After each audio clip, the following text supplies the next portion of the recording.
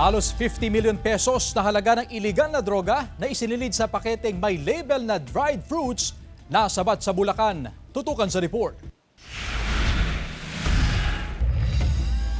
Sa isang bahay sa Barangay Tikay, Malolos, Bulacan, naaresto ng mga operatiba ng PIDEA ang 2 babae at 3 lalaki sa ikinasan nilang drug buy-bust operation. 7 kilo ng shabu ang nakitang nakasilid sa foil na may Chinese characters at may label ng dried fruit. Nagkakahalaga ang droga ng 47.6 million pesos.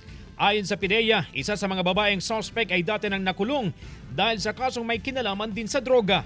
Napansin natin na bumabalik sa kanyang dating gawain at upon surveillance, nakita natin na malaki pa rin yung galaw niya.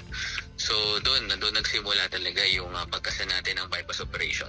Sabi ng PIDEA, kabilang sa area of operation ng mga suspect ang Bulacan, Valenzuela, Malabon at Navotas. Ang pagbebenta ng droga tila family business na raw ng mga ito. Base nga sa aming pag-iimbestiga, magkakamag-anak ang mga ito. Ganon din yung nobya ng isa sa mga suspect. So technically, hindi sila basta small time lang na gumagamit sa loob, hindi ito isang drug team. So talagang nakuha natin isa sila sa mga pinagmumulan ng droga doon sa area. Sinusubukan pa namin makuna ng pahayag ang mga suspect na nakakulong ngayon sa PIDEA headquarters. Nahaharap sila sa reklamong paglabag sa Comprehensive Dangerous Drugs Act. CJ Torida, One North, Central Luzon.